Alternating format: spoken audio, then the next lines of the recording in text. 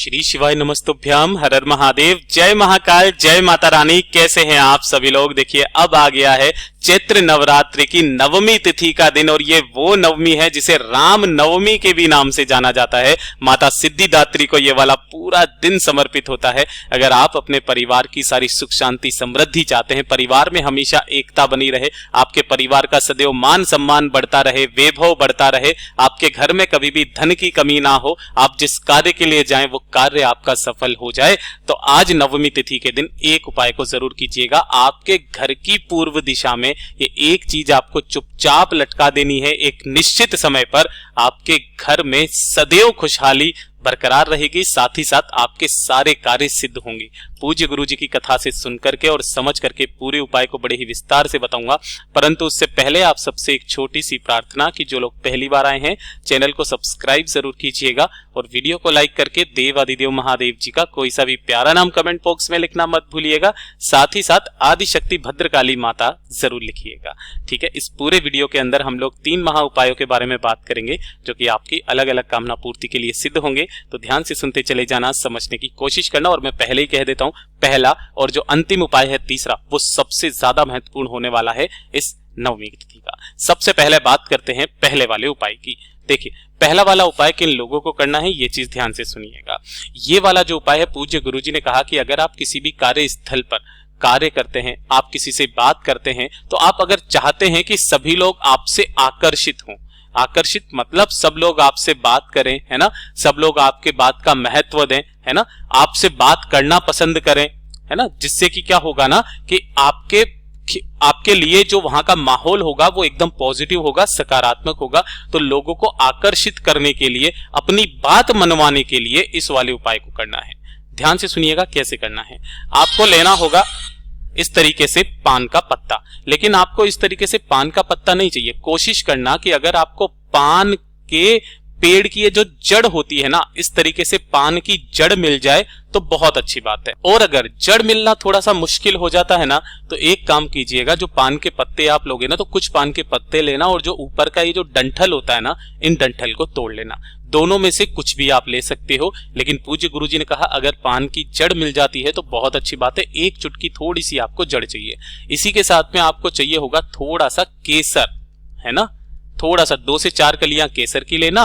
और आपको लेना होगा चंदन। वैसे तो पूज्य गुरुजी ने कहा लाल चंदन मिल जाए तो बहुत ही अच्छी बात है, और अगर लाल चंदन ना मिले तो कोई सा भी चंदन, आप सफेद या पीला ले लेना, लेकिन कोशिश करना लाल चंदन मिल जाए तो बहुत अच्छी बात है।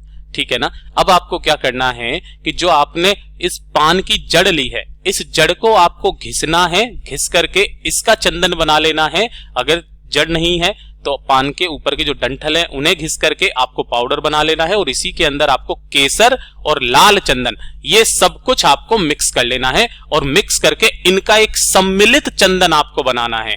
पूज्य गुरुजी ने बताया कि इस वाली क्रिया को सम्मोहन क्रिया में भी काम में लिया जाता है।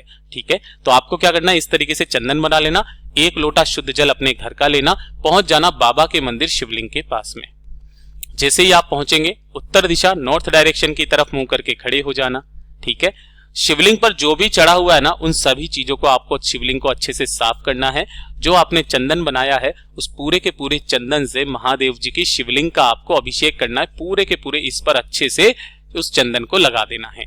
चंदन को लगा देने के पश्चात बाबा से विनती करना, कामना करना कि बाबा मेरा ये काम संपूर्ण हो जाए, सब लोग मेरे से आकर्षित हों, बात करना पसंद करें, है ना, मेरी बात मान जाएं। जैसी कामना आपको करनी है वैसी कामना करना, और इस शिवलिंग पर लगे हुआ जो ये चंदन है ना, इसे पूरा का पूरा अपने हाथों से निकाल करके किसी भी एक डिब्बी के अंदर आपको इकट्ठा कर लेना है। ठीक है, इकट्ठा करने के पश्चात जब आप इस पूरे चंदन को निकाल लोगे, 1 लोटा शुद्ध जल देवादिदेव महादेव जी की शिवलिंग पर समर्पित कर देना।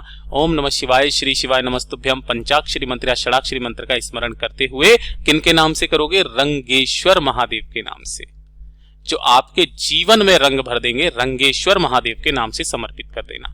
जब भी आप घर की तरफ आओ, तब आप जब भी घर से बाहर निकलो किसी भी कार्य के लिए, ऑफिस के लिए, तो इस वाले चंदन की एक बिंदी अपने मस्तक पर लगा करके निकल जाना। सब लोग आपकी तरफ आकर्षित होंगे और उसके बाद का परिणाम आप खुद से देख लीजिएगा। पूज्य गुरु जी का इतना अद्भुत और अचूक उपाय है ये।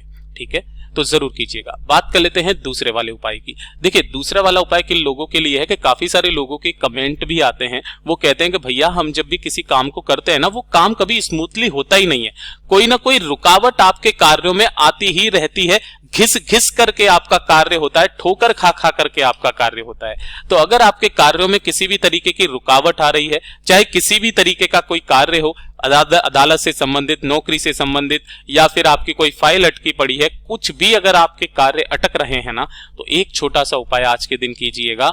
आपको लेनी होंगी 11 बेल पत्र जो कहीं से भी खंडित टूटी फूटी ना हो। थोड़ा सा लेना होगा आपको लाल चंदन, पूज्य गुरुजी कहते हैं इस तरीके से मुठिया रखा कीजिए, इसे घिस करके जो चंदन निकले वो चंदन ले लीजिए। अगर नहीं है उस कंडीशन में आप इस पिसे हुए चंदन को ले सकते हैं। और थोड़ा सा लेना होगा आपको शहद, है ना। शहद कौन सा लेना है, देसी वाला शहद मिल जाए तो बहुत अच्छी बात है। और 1 लोटा शुद्ध जल अपने घर का, ठीक है। इन तीनों चीजों को लेकर के आपको पहुंच जाना होगा बाबा के मंदिर शिवलिंग के पास में। किस समय पर जाओगे, इस नवमी तिथि के दिन शाम के समय प्रदोष काल में, ठीक है। उत्तर दिशा नॉर्थ डायरेक्शन की तरफ मुंह करके खड़े हो जाना। जैसे ही आप यहां पर खड़े हो जाओगे, सबसे पहले आपको 1 लोटा शुद्ध जल देवादिदेव महादेव जी की शिवलिंग पर आपको समर्पित करना है। ओम नमः शिवाय, श्री शिवाय नमस्तुभ्यम पंचाक्षरी मंत्र या षडाक्षरी मंत्र का स्मरण करते हुए, किनके नाम से, अवधूतेश्वर महादेव के नाम से, अवधूतेश्वर महादेव के नाम से समर्पित कर देना। जब ये पूरा का पूरा जल समर्पित कर दोगे, उसके पश्चात जो 11 बेलपत्र आपने लिए हैं, उसके ऊपर वाली जो पत्ती है ना, इस ऊपर वाली पत्ती पर आपको लगाना होगा शहद, पूरे पर, चिकने हिस्से की तरफ। मैं यहां लिख भी देता हूं, इस पर लगाना है आपको शहद, ठीक है। और जो नीचे की दोनों पत्तियां हैं, इन दोनों पत्तियों पर आपको लगाना होगा लाल चंदन। ऐसे के ऐसे ही आपको क्या करना है, पूरी की पूरी 11 बेलपत्रियों पर लगा लेना है। और एक एक करके माता जगदम्बा का स्मरण करते हुए, ध्यान रखना, एक एक करके माता जगदम्बा का स्मरण करते हुए, अपनी मनोकामना कहते हुए बाबा की शिवलिंग पर आपको इन सभी को इस तरीके से चिपकाना है कि सभी की डंडियां जो माता का हस्तकमल होता है उस तरफ में रहे। चारों तरफ आपको ये 11 की 11 बेलपत्रियों को इस तरीके से आपको चिपका देना है, ठीक है, अपनी कामना कहते हुए।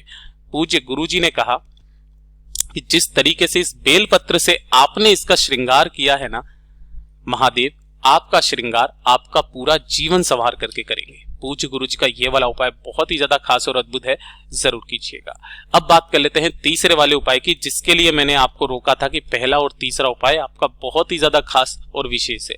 अगर आप चाहते हो आपके परिवार में हमेशा एकता बनी रहे, है ना, आपका परिवार कभी ना टूटे, लोगों के बीच में प्रेम रहे, सुख शांति समृद्धि हमेशा आपके परिवार में विराजमान रहे, कभी धन की आवक ना रुके, लोगों को एक दूसरे के प्रति स्नेह का भाव रहे, तो एक छोटा सा उपाय अपनी परिवार की एकता को बढ़ाने के लिए और अपने परिवार की संपदा मान सम्मान को बढ़ाने के लिए एक छोटा सा उपाय आप सभी लोगों को करना है नवमी के दिन। क्या करना है, आपको लेने होंगे इस तरीके से 5 पीपल के पत्ते जो कहीं से भी खंडित टूटे फूटे ना हो, और साथ ही साथ लेने होंगे 8 पान के पत्ते। 5 पीपल के पत्ते लेना, 8 पान के पत्ते लेना, थोड़ा सा आपको लेना होगा कच्चा सूत। जो ये कच्चा सूत होता है ना, जो सूती है ना, ये किस तरीके का लेना है, आपको पीले रंग का लेना है, पीला, ये चीज ध्यान रखना, ठीक है। अब आपको क्या करना है, जब भी नवमी तिथि आएगी ना, तो ब्रह्म मुहूर्त में, आप चाहो तो इंटरनेट पर निकाल लेना, ब्रह्म मुहूर्त का जो समय है ना, उस समय पर आपको ये उपाय करना है, सुबह के समय पर, कि जितने भी पत्ते आपने लिए हैं ना, उनका एक तोरण टाइप से बनाना है आपको। जैसे कि ये सारे के सारे पत्ते हैं, इन्हें सभी को आपको यहां से ऐसे करके छेद करके, ऐसे करके आपको एक माला की फॉर्म में इसको बना लेना है। सभी को एक साथ रख लेना और इस तरीके से लटकाने के लिए इस तरीके से बना लेना, ठीक है ना। और ब्रह्म मुहूर्त में जाकर के आपका जो घर है, उस घर की जो भी पूर्व दिशा है, उस पूर्व दिशा की तरफ आपको इन सभी पान के पत्तों को अपने परिवार की सुख शांति समृद्धि की कामना करते हुए यहां पर लटका देना है। कब तक लटका रहने देंगे, ये चीज ध्यान रखना। जब अगली अमावस्या आएगी, इसके बाद से जो अगली अमावस्या तिथि आएगी, उस अमावस्या तिथि तक आपको ये लटका रहने देना है। और जिस दिन अमावस्या तिथि जाएगी, उसके जाने के अगले दिन ही आपको इसे निकाल करके और किसी भी बहते नदी, तालाब, सरोवर के अंदर अपने परिवार की एकता की कामना करते हुए, सुख समृद्धि की कामना करते हुए प्रवाहित कर दीजिएगा। आपकी परिवार में सदैव एकता बनी रहेगी, मान सम्मान में वृद्धि होगी, संपदा हमेशा बढ़ती रहेगी। पूज्य गुरु जी के ये सभी उपाय बहुत ही ज्यादा खास और अद्भुत है, जरूर कीजिएगा। वीडियो पसंद आए तो लाइक जरूर करना, साथ ही साथ चैनल को सब्सक्राइब जरूर कीजिएगा। मैं आपसे मिलता हूं अगले वीडियो में, तब तक के लिए ओम नमः शिवाय, हर हर महादेव, जय महाकाल, जय शिव शंकर, श्री शिवाय नमस्तुभ्यम, जय माता रानी।